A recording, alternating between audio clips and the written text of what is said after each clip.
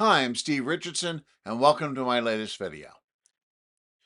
Now, when I talk to attorneys about the importance of getting reviews on Google or some other platform to get these five-star reviews, they worry about that and are concerned about asking for reviews because they might get a one-star review. They might get a bad review.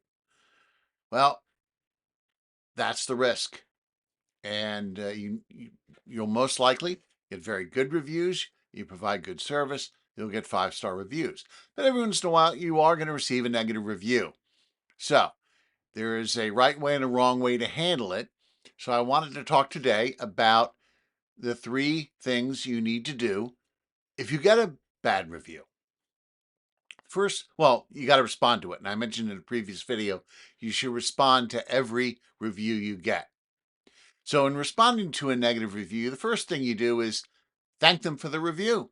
Thank you for taking the time to express your thoughts on the services that I provided to you.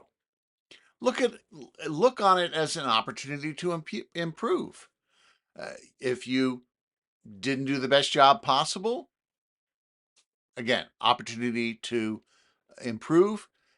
Or if you did a good job, but it's just a communication problem, it's an opportunity to try to explain that to them and deal with it. But the worst thing you can do is be defensive. Don't be defensive with them and argue with them. It's not going to accomplish what you want, and it'll probably make things worse. So, uh, thank them for bringing the review to your attention and the problem so that you can correct it and make sure it doesn't happen again. This also keeps other people from thinking that you are being defensive while showing that you take complaints seriously. In addition, it has the added benefit of being the last thing people would think a lawyer would do when they get a bad review, and that's get defensive. So don't do that. Thank them for the review and look upon it as an opportunity to improve or straighten out a miscommunication with a client. Second thing you should do is empathize with them and apologize. Be sure to express sympathy and understanding in your response. Uh, you should go also as far as to apologize for their disappointment and frustration. But if you didn't do anything wrong, the apology shouldn't go beyond that. If you did, apologize for the problem. Own it, express it, admit it, and offer to resolve the problem. Hey, there's a problem here. Let's see if we can fix it. Okay. And this shows other people that read the bad review that you're dedicated to quality and having satisfied clients. And that you want to make sure that every client has a good experience with you. So this puts you in a good light. Now, it has the added effect of you might be able to resolve the problem with that client. And that might turn them around. And instead of being a disappointed and unhappy client, it turns them into a happy one, and they may refer business to you. So you can rehabilitate that bad review.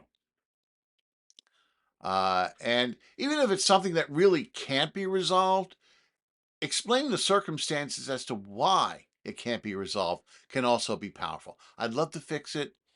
I want you to be happy, but unfortunately, that just can't be done. The third thing you should do is invite them to discuss the matter offline. Say, hey, contact me offline to discuss this further. Give me a call. Let's talk about it. Take the details offline out of the public because you are dealing with some confidential stuff. Okay. But invite them to contact you offline.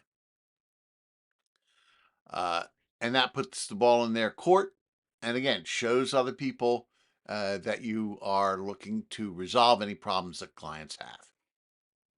Now, the most important thing here is not to get into an argument with the person. Right? They may respond to your response.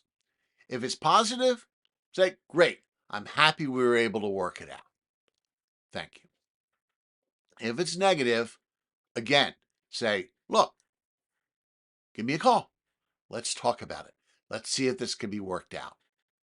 If they respond negatively, again, ignore them. It's just going to be a nasty back and forth, and it's not going to do you any good, or really the client any good.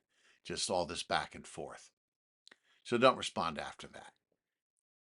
But if you follow these steps, when you get a negative review, you're at the very least uh, lessening the impact that that bad review could have on other people, because you're showing that you welcome all reviews, whether they're good or bad.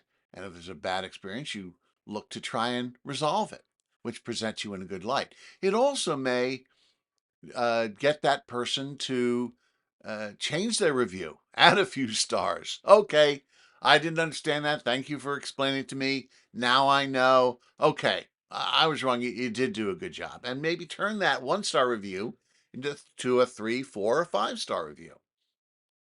And if you don't, well, at least you presented your side politely, and other people reading that negative review will see that. So I hope that makes you feel more comfortable with asking for reviews, because it's very important that you get lots of them. Okay. If there are worse things that can happen to you than getting a 1-star review, and if you do, this is how you deal with it. So if you like this video, be sure to hit the like button. And if you enjoy the content on this channel, please be sure to subscribe if you haven't already.